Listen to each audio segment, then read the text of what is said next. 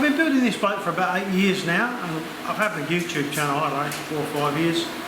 I did start one very early on and decided, it was too much effort, too much time, and so I actually deleted the whole thing.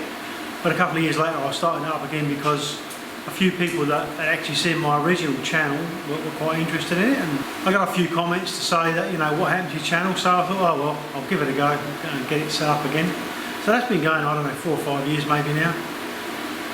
And it occurred to me that I've never really sat down and talked about who I am, why I'm doing what I'm doing, what this process is all about, what started it off, and where I hope to go with it. So I just thought I'd take a few minutes just to give you some background.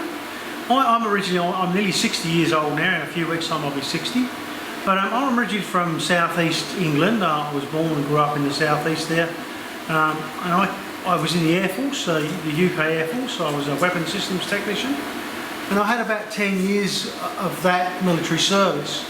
And it was a great time in my life. I enjoyed every moment of it. But at the same time I had this other family that lived in Australia. There was a couple of uncles, cousins, aunts, who'd been here from the 50s, and so I always had that tie with Australia. And when I got to 16, nearly 17, I decided I would like to go and live in Australia and give that a try, see what it was like. But at the same time, I really liked the idea of being in the Air Force. So what I did was I applied to do both. I put in for an application to come to Australia as a miner, and I also put in an application to join the Air Force. And at the time, the Air Force application came through first, so that's what I did. I joined the Air Force and I put going to Australia on hold. So I did about 10 years in the UK Air Force, and it was, as I said, it was a great time in my life. I enjoyed every moment of it and a fantastic experience. But I decided in my late 20s, it's time for a change. So I came out of the Air Force after 10 years, put my application to come to Australia as a migrant, and I was successful. Fortunately, it took about 18 months to get the approval, but I was successful, and I came over here originally in 1988. So I've been here ever since working, and I've worked in aviation primarily, and also general engineering, because obviously being ex-Air Force, I've got an aircraft maintenance background. Although I was a weapons systems technician, part of our training back in those days was you had to cover all of the airframe structural repair schemes too, so we had to learn to rivet and all of that kind of stuff. So I had a good background in engineering in general anyway. But when I came to Australia, I've got an uncle who'd been here since about 65, and he'd built several boats over that period of time from 65 up until I arrived in 88. And when I arrived here, he was on his, I think his second or third boat.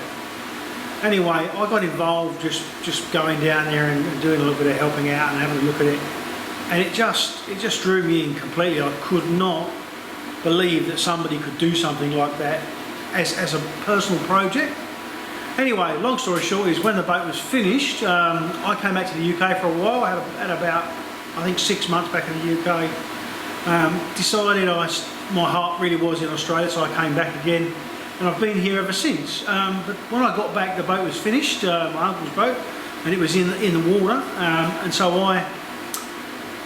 at the time he was berthed over at Dunwich, a little anchorage over at Dunwich on Stradbroke Island in Queensland. So I headed over there, and I spent probably all up a year or so living on that boat. It was a 42-foot round bilge Adams motor sailor, and it was just fantastic. And after that, you know, I met my current wife Kathy, and we had kids, and I always said that's something I really would love to do. I'd love to do that, and if I can't do it during my working life and change my life in that way, certainly I'd like to do it for later in life or retirement. So we talked about it for many years. Anyway, eventually 8 years ago we really got stuck into it. We got the plans, I got the steel, and I made a start. So that's where I've got up to. That's what my background is, where I came from and what this project was about. So although I'm not an accomplished sailor by any stretch of the imagination, I certainly have lived on boats for a long time and experienced that liveaboard lifestyle, and I just love it. So our plan is to continue on the next couple of years, hopefully get this boat in the water and start living that lifestyle into retirement. That's the plan. Yeah, so we've in the last year or two, my son who lives in the UK, my elder son, had a little baby, so I'm now a grandfather too. So we've also decided to name our boat after our first granddaughter, who's Ava Grace. So our boat from this point forward will be known as Ava Grace, and that's what we'll christen her and register her as once she's finished, assuming nobody else has already got that name, of course. If you want to know any more information about, you know, what's going on with us, where we live, what the climate's like, the conditions, feel free to ask any questions and put comments below, and I'll do my best to get back to you. Cheers guys, and we'll keep going with the project. See you later.